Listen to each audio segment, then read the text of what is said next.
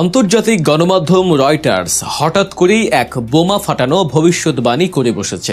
তাদের অ্যানালিস্টরা বলছেন, বাংলাদেশের আগামী নির্বাচনে ক্ষমতার মসনদে বসতে যাচ্ছে জামায়াতে ইসলামী।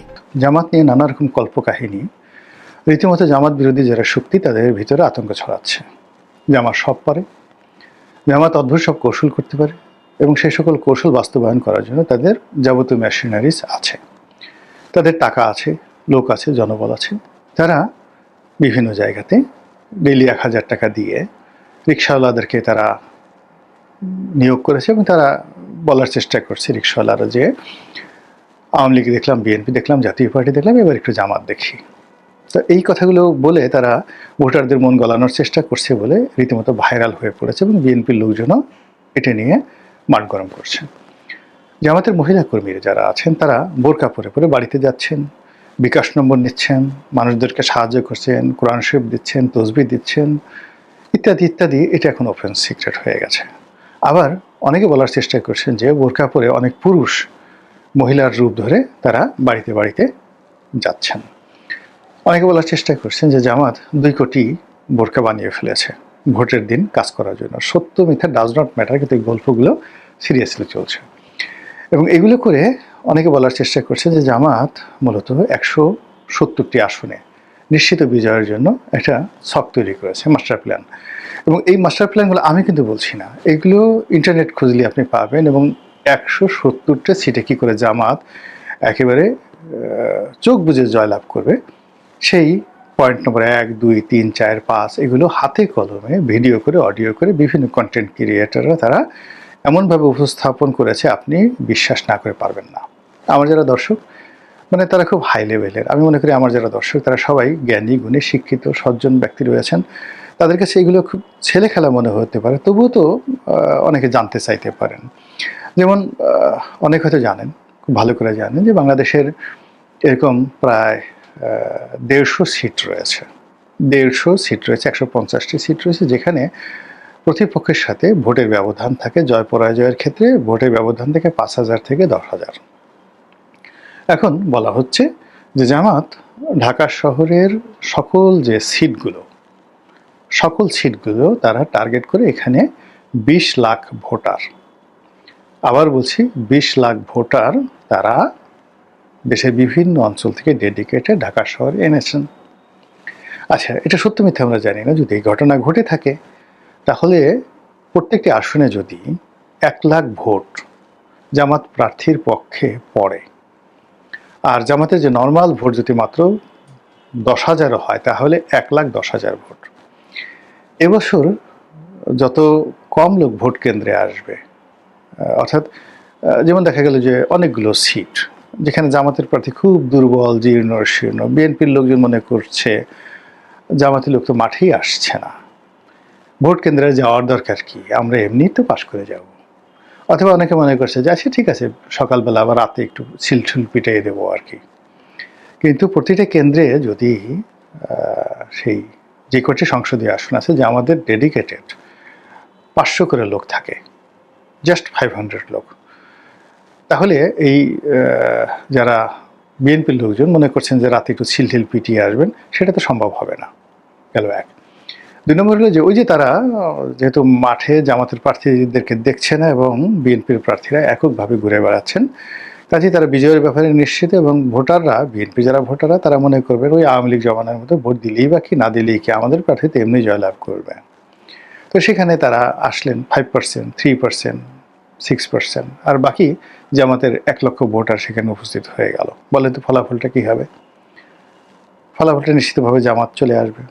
এইভাবে গ্রামে বাংলায় মানে ঢাকা শহরে যেভাবে এই 20 লাখ ভোটের কথা বলা হচ্ছে, আর প্রবাসী ভোট 15 লক্ষ প্রবাসী ভোট, এই প্রবাসী ভোটের উপর বলা হচ্ছে যে জামাত পুরোটাই নিয়ন্ত্রণ করে ফেলেছে। এই প্রবাসী ভোট কার কোন প্রার্থীর কবে হিসেবে পড়বে ওটা জামাতই নির্ধারণ করে দিয়েছে বা দিবে। What ever maybe, does not matter. এখন ওখানে সেই 15 লাখ ভোট, এখানে গেল 20 লাখ, ওখানে গেল 15 লাখ ভোট। সেটা কিভাবে হবে, কিভাবে ডিস্ট্রিবিউশন হবে, কোন কোন আসনে যদি 10,000 করে আপনি 15 লাখ ভোট দিয়ে দেন, তাহলে কয়জনের কপাল পড়বে? মানুষজন গল্প বানিয়ে ফেলেছে। এরপর আরও অনেক সুন্দর সুন্দর গল্প। যেমন ঢাকা বিশ্ববিদ্যালয়ে ডাকসু নির্বাচনে তারা জয়লাভ করলো, শিবির জয়লাভ করলো। সবার অভিযোগ ছিল, প্রধান অভিযোগ ছিল যে ব্যালট পেপার, ঢাকা বিশ্ববিদ্যালয়ের ছাত্র সংসদ নির্বাচনের যে ব্যালট পেপার, এটি জামাত আগেই ডুপ্লিকেট কপি নীলক্ষেত থেকে তারা ছাপিয়ে রেখেছিল এবং সেখানে প্রার্থীর পক্ষে ভোট দিয়ে তারা আগেই ব্যালটে এটা সিল মেরে ব্যালট বাক্সে ভরে রেখেছিল বা ভরে দিয়েছে। ফলে নিরঙ্কুশভাবে, অপ্রত্যাশিতভাবে, অভাবনীয়ভাবে শিবিরের প্রার্থীরা ডাকসু নির্বাচনে জয়লাভ করেছে। একই কাণ্ড ঘটেছে জাহাঙ্গীরনগর বিশ্ববিদ্যালয়, এমন প্রচার প্রোপাগান্ডা চালাচ্ছে বিএনপির যারা লোকজন আছে। তা সেটারই ধারাবাহিকতায় এখন বলার চেষ্টা করছে যে এই যে ব্যালট পেপারগুলো, এই ব্যালট পেপারগুলো আলটিমেটলি জামাত যদি ছাপিয়ে ফেলে নীলক্ষেতের মতো করে, আমি মানে নিজের কোনো বক্তব্য না, কিন্তু আমি জাস্ট কার্যকরণ বলছি, যদি ছাপিয়ে ফেলে, তারপরে যদি তারা এগুলোতে দাঁড়িপাল্লাতে সিল মেরে থাকে, যদি জামাতের মহিলা যারা কর্মী আছে সারা বাংলাদেশে, ধরেন 50 লাখ লোক, 50 লাখ মহিলা তাদের রিক্রুট করা আছে, এত দরকার নেই। আপনি প্রতিটি ভোট কেন্দ্রে যদি এরকম ভাগ করে দেন, 50 লাখই ধরেন সারা বাংলাদেশে, তো এরকম 50 লাখ মহিলা যারা বোরকা পরে যাবেন, যাদের সকলের কাছে 5টা করে ভোট থাকবে, তাহলে 50 লাখ ইন্টু 5টি করে ব্যালট থাকবে এবং তাদেরকে ওইভাবে আপনি ঢালাওভাবে তাদেরকে যাকে বলে তল্লাশি করবেন, সিল মারা ব্যালট পেপার উদ্ধার করবেন, ভোট কেন্দ্রিক ওই কাজগুলো করবেন, এগুলো আপনি করতে পারবেন না, প্রেক্ষাপটে তছনছ হয়ে যাবে সেখানে। তো এভাবে করলে যদি 50 লাখ ভোট ইন্টু 5 কত হলো? 2.5 কোটি ভোট। এখন 2.5 কোটি ভোট যদি কোনো প্রার্থীর পক্ষে পড়ে, সেখানে কি ধরনের একটা রেজাল্ট আসবে? এবং সেই রেজাল্ট অনুযায়ী যদি 170টি আসনে জামাত জয়লাভ করে, কেউ কেউ অবশ্য একটু কমায় দিচ্ছে, বলছে 162টি আসন তারা টার্গেট করে এভাবে আগাচ্ছে, হোয়াট এভার মেবি, তাহলে জামাত তো সরকার গঠন করে ফেলবে। এবং এই কথা বলে বিএনপির লোকদেরকে যেভাবে ভয় দেখানো হচ্ছে, আর এই কথা বলে জামাতকে যেভাবে একটা সেফ এক্সিট দেওয়া হচ্ছে, তার ফলাফলটা আসলে নির্বাচনের 12 তারিখে কি হবে বলা যাচ্ছে না। তবে ইতিমধ্যে একটা জিনিস লক্ষ্য করছেন আপনারা, এনসিপির যারা নেতৃবৃন্দ রয়েছেন, সেটা নাসিরুদ্দিন পাটোয়ারি, হাসনাত আবদুল্লাহ, তারপরে আসিফ মাহমুদ, সজীব ভুইয়া, যারা এনসিপির এই মুহূর্তে যারা আছেন, নাহিদ ইসলাম, তারা সবাই হঠাৎ করে এই নির্বাচনের শেষ সপ্তাহে এসে তারা অতিরিক্ত বা অতিমাত্রায় আত্মবিশ্বাসী হয়ে পড়েছে। ভেরি সিগনিফিক্যান্ট, অকল্পনীয়। এটা কেন হচ্ছে, কিভাবে হচ্ছে, এইগুলো একটা। 2 নম্বরে যেটা হচ্ছে সেটা হলো যে ডক্টর মোহাম্মদ ইউনূস, আমি হঠাৎ করে দেখলাম যে তথ্য প্রযুক্তি মন্ত্রণালয়ের একটি অনুষ্ঠানে তিনি গেলেন। তিনি গত কয়েক মাস যাবত ভীষণভাবে মানসিকভাবে বিপর্যস্ত ছিলেন, কথাবার্তা তেমন বলেননি, চেহারাটাও নষ্ট হয়ে গিয়েছিল, কারোর সঙ্গে কথাবার্তা বলেননি এবং বিদেশে অনেক দিন যাবত তিনি যাচ্ছেন না। কিন্তু সাম্প্রতিক সময় তার ভিতরে অতিরিক্ত আত্মবিশ্বাস চলে এসছে, প্রাকৃতিকভাবে তার চেহারা ভালো হয়ে গেছে এবং তিনি যেভাবে সেখানে গিয়ে বক্তব্য বললেন, যেভাবে বাংলাদেশের সমস্যাগুলো, মানে পুরো আমাদের দেশের যে আমরা প্রতারণার একটা রাজ্য গড়ে তুলেছি, ওটা লং, মানে কোনো রকম স্ক্রিপ্ট ছাড়া বাংলায় সাবলীলভাবে যে দীর্ঘ বক্তৃতা দিলেন, গত 17 মাসে এত সুন্দর বক্তব্য তিনি দিতে পারেননি।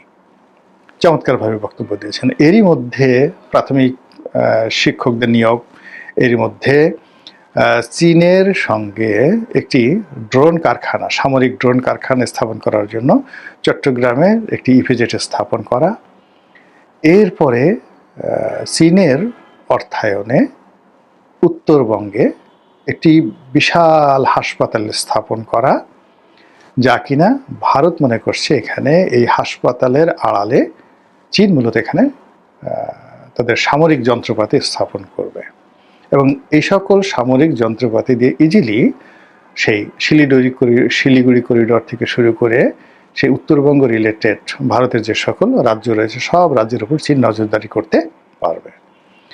অন্যদিকে চট্টগ্রামের যে অঞ্চলটিকে সেই সামরিক কারখানা রূপে ঘোষণা করা হয়েছে, সেইটি মূলত ভারতকে দেওয়া হয়েছিল।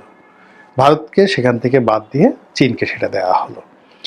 এই সময়টিতে হঠাৎ করে এসে উনি যে ঘুরে দাঁড়ালেন একেবারে নির্বাচনের, আজকের আমি ভিডিওটি যখন করছি তখন 29 তারিখে, জানুয়ারি মাসের 29 তারিখ, এই সময়টিতে এসে যেভাবে সরকার ঘুরে দাঁড়িয়েছে, যেভাবে জামাতের আসন নিয়ে কথাবার্তা বলা হচ্ছে, এবং এর বিপরীতে বিএনপির যে নড়াচড়া, এটা কমে যাচ্ছে।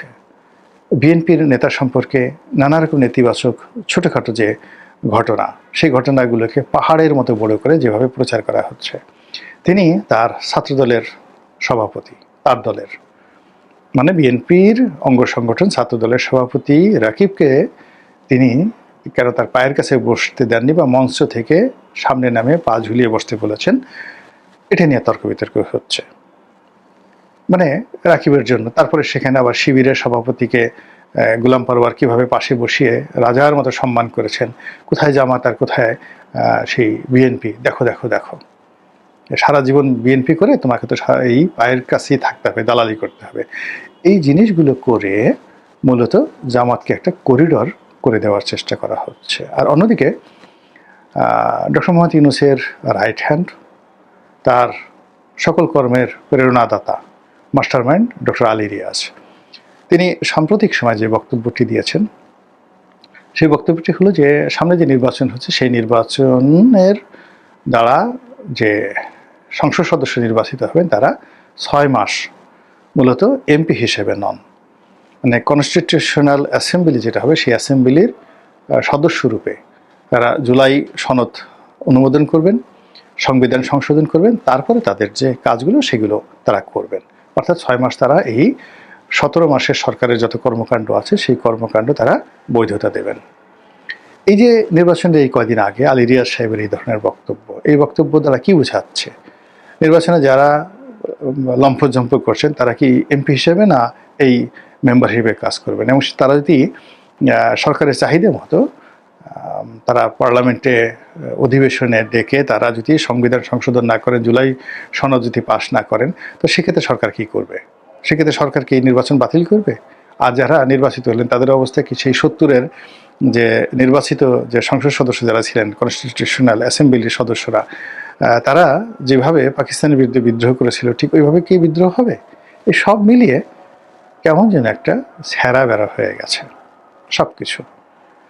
আশা করব, আলো দেখব, ভালো চিন্তা করব, গণতন্ত্রের পথে হাঁটব, এই যে সম্ভাবনাগুলো আছে সেই সম্ভাবনাগুলোর প্রায় সব ক্ষেত্রে একটা করে বড় বড় ডট, বড় বড় প্রশ্নবোধক চিহ্ন পড়ে গেছে। মহান আল্লাহ আমাদের সবাইকে হেদায়েত দান করুন এবং হেফাজত করুন। আসসালামু আলাইকুম ওয়া রাহমাতুল্লাহি ওয়া বারাকাতুহু।